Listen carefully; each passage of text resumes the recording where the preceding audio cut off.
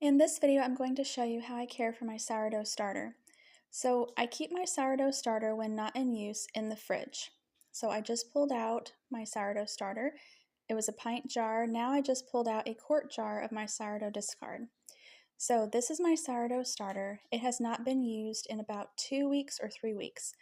So it has been in the fridge the whole time. You can see it has a coating of flour. This is whole wheat flour on top of it. That is how I store it when not in use in the fridge. And I have kept it this way perfectly fine for just over a month before. I don't know if I've ever gone longer than a month. This week I am wanting to make a loaf of sourdough bread.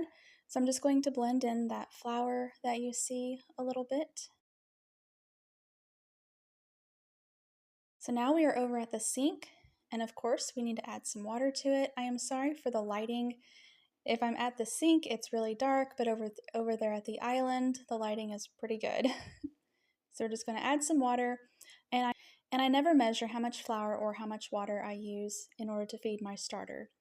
I just eyeball it and I stir it around to the consistency that I want it to be. It's not super runny, but it's not super thick either, as you'll see in just a moment. Here's a tip.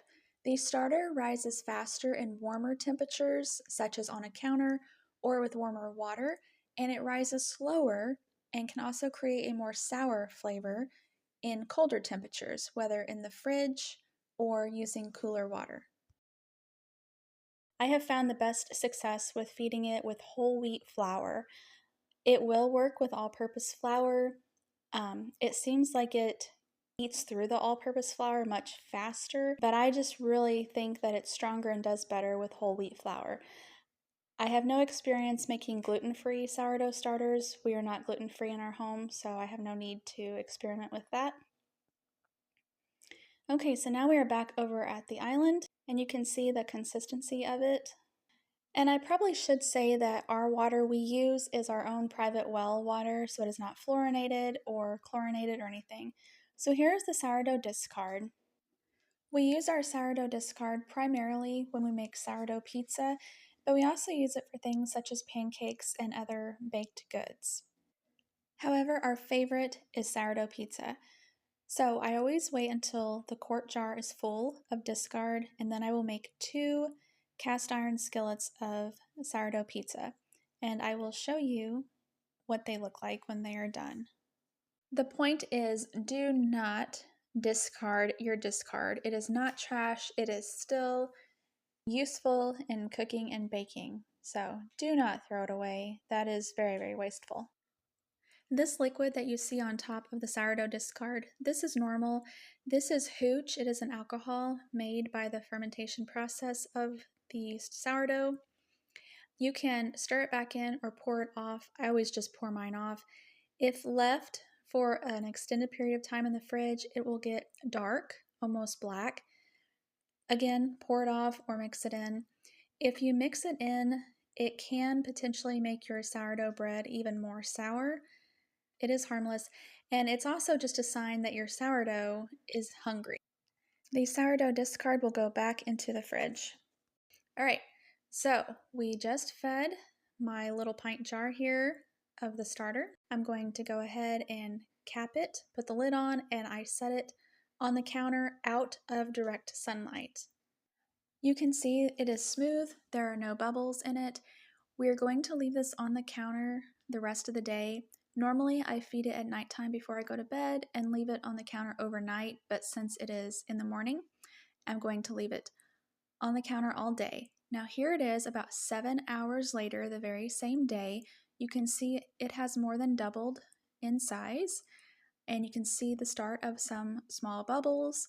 You can put a rubber band on the level where it was when it started, just so you can visually see if it has risen any. I also sometimes will use a dry erase marker, but I don't really use anything anymore. I just did that for your benefit so you can see a couple ways. You can see now just how deflated the sourdough has become. So you just saw it was raised quite a bit and now it has lowered again. This has been about 10 hours since I first fed it, and I'm getting ready to go to bed at this point. And since it is deflated, I do not want to leave it hungry overnight. Sometimes when I do that, then it will develop cam yeast on the surface the next morning. So I'm going to go ahead and feed it again. So whenever I go to feed it, I usually just try to keep about a quarter cup of the starter left in the jar, the one I'm actually working on. So I'm just going to dump all out except about a quarter cup into the discard jar. And as you saw, the texture, the consistency of the sourdough starter in the pint jar, it was more runny than it was when we originally fed it. So I just wanted you to see that. Since I have about a quarter cup of the starter in the jar, I'm going to go ahead and feed it about a quarter cup of whole wheat flour. And this is just a little scoop. It's right at a quarter cup. So however much starter I have is the equal amount of how much flour I want to give it. You can give it more flour, a lot more flour if you want. You just never want to give it less. You just don't want to starve the starter. We added some water to the starter. We're just going to mix it up again, just until it's the consistency that you like.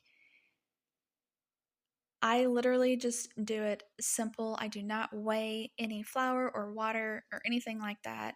I hope you're never afraid of making sourdough bread or anything like that.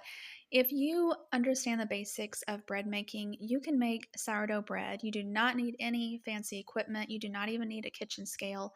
Again, the starter is going to sit on the counter overnight and we'll see what it looks like in the morning. Now I'm just incorporating the sourdough starter that we just added, just kind of mixing it in just a little bit into the discard. And this discard will go back into the fridge. And I will make my sourdough pizzas tomorrow for lunch or supper. Here we are the very next morning.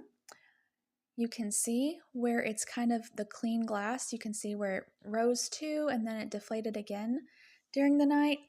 So you can see it's bubbly. Now, normally I would just put the sourdough starter, the part I'm going to discard, back into this quart jar, but you can see this quart jar is really full. So if I was to do that, and especially let the quart jar sit in the fridge for a few days, it will go ahead and it will bubble over. So I'm just going to mix this up and add about half of it into another pint jar. And I will just add that with my sourdough discard after I make the pizzas later today. Okay, so we're just going to cap this. Now, that little pint jar right there, that one, you can go ahead and just use it as discard like I'm going to, or you can feed it. It is the equivalent of the jar I am working through right now. And you can have 2 starters going, or you can go ahead and give it away to a friend or family that would like to get started with making sourdough. So you saw that I just added another scoop of whole wheat flour into my starter, and I just added some water in. Again, we're just mixing it to the consistency that I want. And I never do a hydration test. I don't buy into any of that. I am of the mindset, what did our forefathers do? They had no kitchen scale like we have. It's all just by feel. Anybody can do this. You do not have to make it complicated. Okay, so again, you can put this rubber band or, do a dry erase marker. Now, the quart jar and that little pint jar of discard are going to go into the fridge.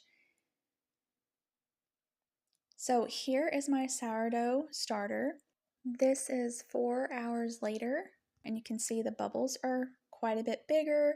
It went ahead and doubled in size. And I know that it is ready to use to make my sourdough bread. See, those are very nice bubbles, and like I said, it doubled in size. So what I look for whenever I go to use my sourdough starter again after not messing with it for a few weeks, I do what I just did. I feed it a couple times, and I want it to double in size within 4 to 5 hours and kind of stay like that, and then have those big bubbles. And if it does, then I know it's strong enough again to go ahead and make my sourdough bread. So I'm just going to go ahead and dump most of this, into a bowl. This is going to be my sourdough bread bowl that I'm going to mix up later this evening. Okay, but again, in my jar, I'm going to leave a couple tablespoons, maybe 2 or 3 tablespoons of my sourdough starter in that pint jar. Again, I'm just going to fill it with a 1/4 cup of whole wheat flour, and we're going to add some water to it. Here is a little tip. The thicker and drier your starter is, the longer it takes for the bacteria to eat through the flour. And the longer it takes to eat through the flour, the potentially more sour and flavorful your sourdough may be. Just make sure you do not leave any clumps. Now you saw that I just fed this starter and I mixed it up well. Now I added a scoop of flour on top of it, and this is going back into the fridge. And probably in a couple weeks I will make another loaf of sourdough bread.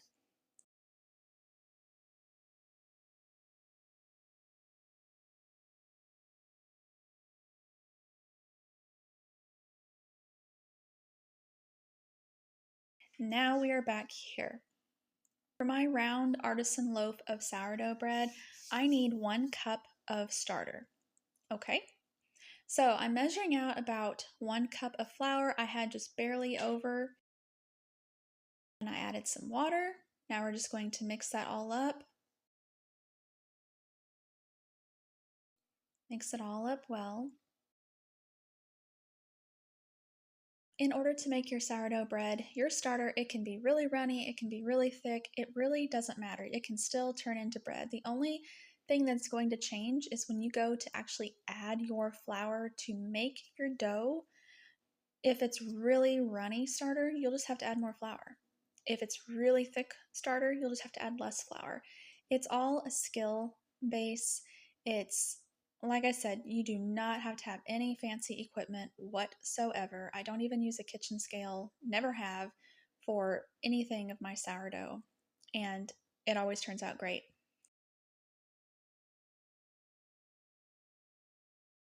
Making your artisan loaf of sourdough bread or your sourdough sandwich bread, it's really the same skill set as it is when making regular yeasted bread. And if you don't understand those principles on what to look for and how to make a really good loaf, I do have a video showing you step by step and explaining everything on how to make a really good loaf of bread and how to do it step by step. In that video is a link to a free download I have, again, going over, it's giving you recipe, it's giving you all the tips and tricks and what you need to understand in order to make a good loaf. Anyone can do it. Here is that sourdough starter 6 hours later.